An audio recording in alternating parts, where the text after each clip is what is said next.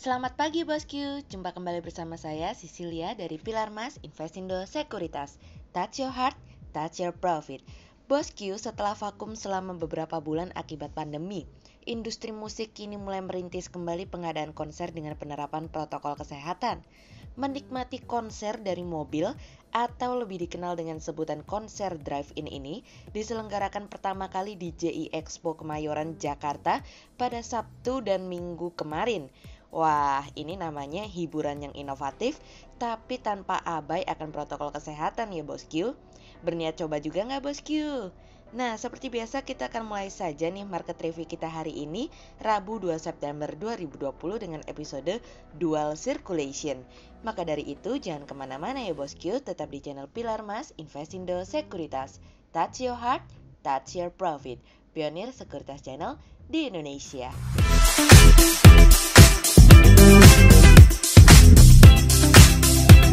Seperti biasa kita akan mulai dari Global Economics Calendar.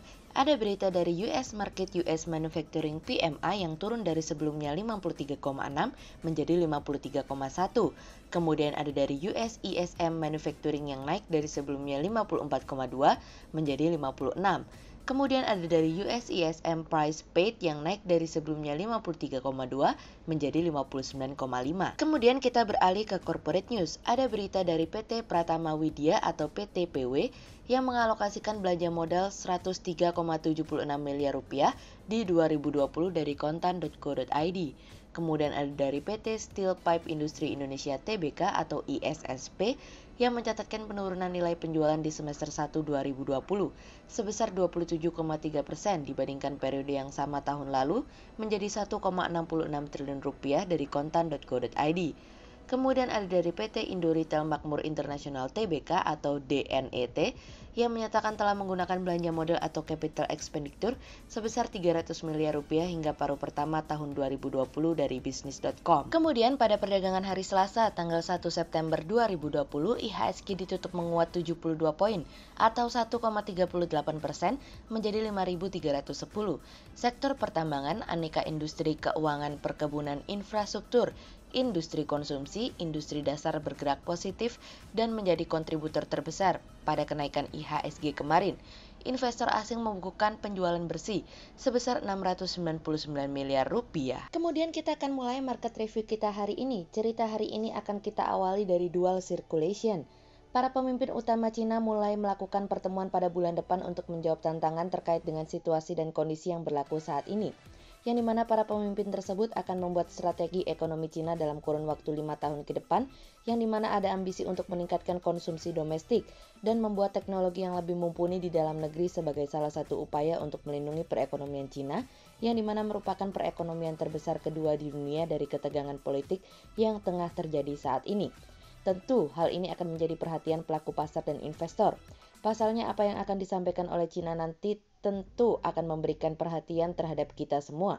Komitmen dan fokus seperti apa yang akan dilakukan oleh Cina untuk menjaga posisinya di mata dunia, namun juga ikut menguatkan dan mengkonsolidasikan setiap kekuatan dari dalam negeri Cina itu sendiri. Presidensi akan memperkenalkan strategi baru yang dikenal dengan dual circulation, yang dimana presidensi akan mulai membuat perekonomian domestik menjadi lebih mandiri agar dapat menjadi motor pendorong pertumbuhan utama di Cina. Namun, juga dilengkapi dengan teknologi dan investasi dari investor asing. Namun kami juga belum cukup banyak mendapatkan hal yang lebih detail terkait hal tersebut, padahal kebijakan-kebijakan tersebut sangat penting untuk menatap tahun 2021 mendatang. Menegangnya tensi geopolitik antara Cina dengan beberapa negara yang ada saat ini mendorong Cina untuk secepatnya melakukan adaptasi situasi dan kondisi.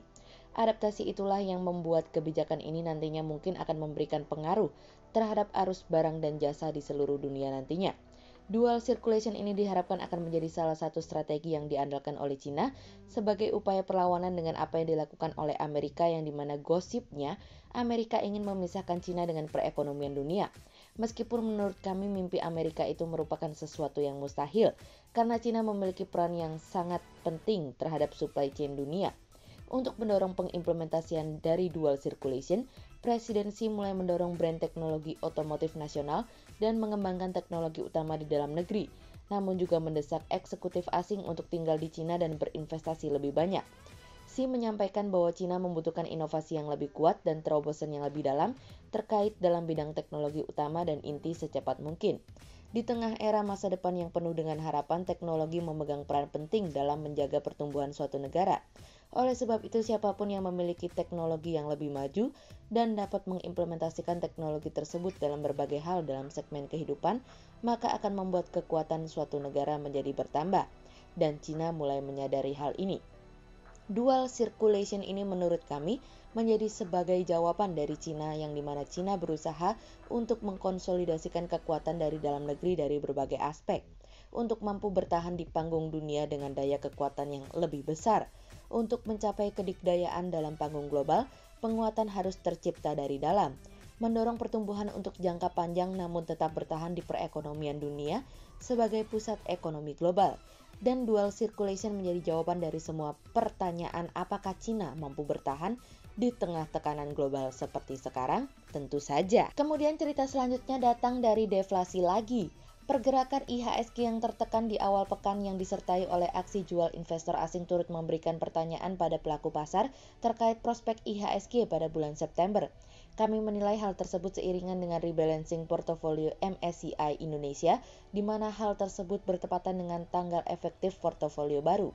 Meskipun data PMI Manufaktur Indonesia bulan Agustus telah berhasil ke level 50, namun kami melihat saat ini investor masih cukup berhati-hati dalam menghadapi ketidakpastian pasar. Terlebih menjelang pemilihan presiden di Amerika, hubungan geopolitik tentu menjadi hal yang diantisipasi oleh pelaku pasar.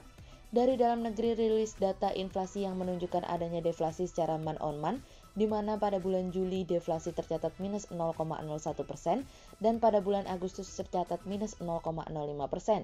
Deflasi tertinggi terjadi di Kota Kupang sebesar 0,92%. Penyebabnya adalah penurunan harga komoditas ikan dan daging ayam ras serta angkutan udara.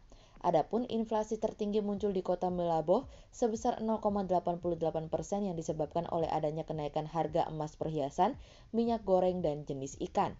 Lemahnya daya beli pada bulan sejak awal tahun tentu menjadi perhatian para pelaku pasar. Meskipun saat ini stimulus telah digencarkan oleh pemerintah, namun hal tersebut belum memberikan dampak pemulihan pada jangka pendek. Kami melihat stimulus fiskal saat ini hanya bantu menopang, sehingga penurunan yang terjadi tidak terlalu signifikan. Kami memproyeksikan inflasi tahunan berada pada 1,4% year on year, sementara itu inflasi inti diperkirakan pada angka 2% year on year dan 0,29% month on month. Melemahnya inflasi pada tahun ini disebabkan oleh daya beli masyarakat yang belum pulih sepenuhnya dari pandemi virus corona.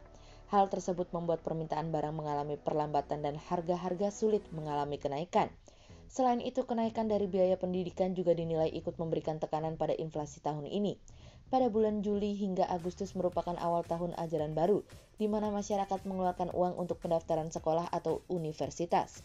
Di sisi lain, lemahnya permintaan membuat bahan makanan yang menjadi indikator mengalami deflasi. Hal tersebut juga disebabkan oleh kenaikan pasokan bahan makanan seperti cabai, bawang merah, dan beras yang tengah memasuki masa panen. Untuk menopang daya beli masyarakat, pemerintah perlu lebih cepat merealisasikan bantuan tunai, terutama pada kelompok masyarakat berpendapatan rendah.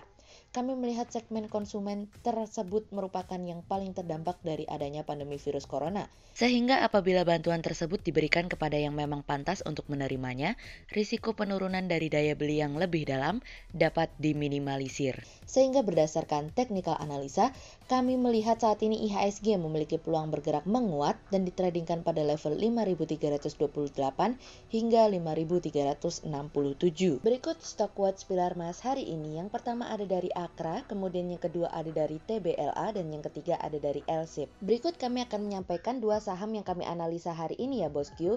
Yang pertama ada dari ISSP atau PT Steel Pipe Industri Indonesia Tbk yang mencatatkan penurunan penjualan di semester 1 2020 sebesar 27,3% dibandingkan periode yang sama tahun lalu menjadi 1,66 triliun rupiah. Turunnya penjualan perusahaan pada semester 1 2020. Hal ini tidak terlepas dari pandemi corona yang sedang terjadi yang menyebabkan adanya pembatasan sosial berskala besar atau PSBB yang sempat diberlakukan di beberapa daerah di Indonesia karena pandemi COVID-19. Namun perusahaan masih membukukan laba bersih sebesar 2,6 miliar rupiah di semester 1 2020. Sehingga berdasarkan technical analisa dalam tren pada jangka waktu short term, berpotensi untuk bullish dengan target 140 dan tingkat probabilitas sebesar 65%, sementara dalam jangka waktu long term berpotensi untuk bullish dengan target 160 dan tingkat probabilitas sebesar 69%. Kemudian yang kedua ada dari CENT atau PT Sentra-Tama Telekomunikasi Tbk yang mencatat pertumbuhan pendapatan 27,15% secara tahunan di semester 1 2020. Pendapatan perusahaan tumbuh 27,15% secara tahunan atau year on year menjadi 508,60 miliar rupiah, di mana kontribusi pendapatan utamanya dari perseroan pada paruh pertama tahun ini sebesar 284,98 miliar rupiah dan pendapatan sewa in-building coverage multi-operator senilai 195,73 miliar rupiah. Sehingga berdasarkan technical analisa dalam tren pada jangka waktu short term berpotensi untuk bullish dengan target 190 dan tingkat probabilitas sebesar 51%. Berikut kami akan menampilkan 40 saham pilihan dari Pilar Mas.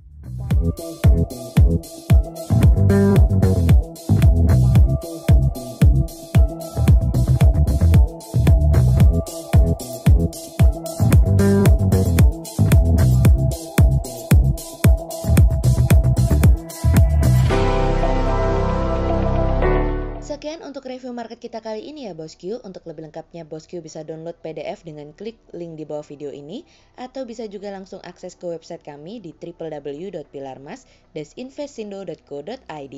Dan jangan lupa untuk selalu jaga kesehatan buat para Bosku ya. Kita akan bertemu lagi besok pagi untuk market review yang berikutnya. Jadi jangan lupa like, subscribe, dan tonton terus channel Pilar Mas Investindo Sekuritas. Touch your heart, touch your profit. Pionir Sekuritas Channel di Indonesia.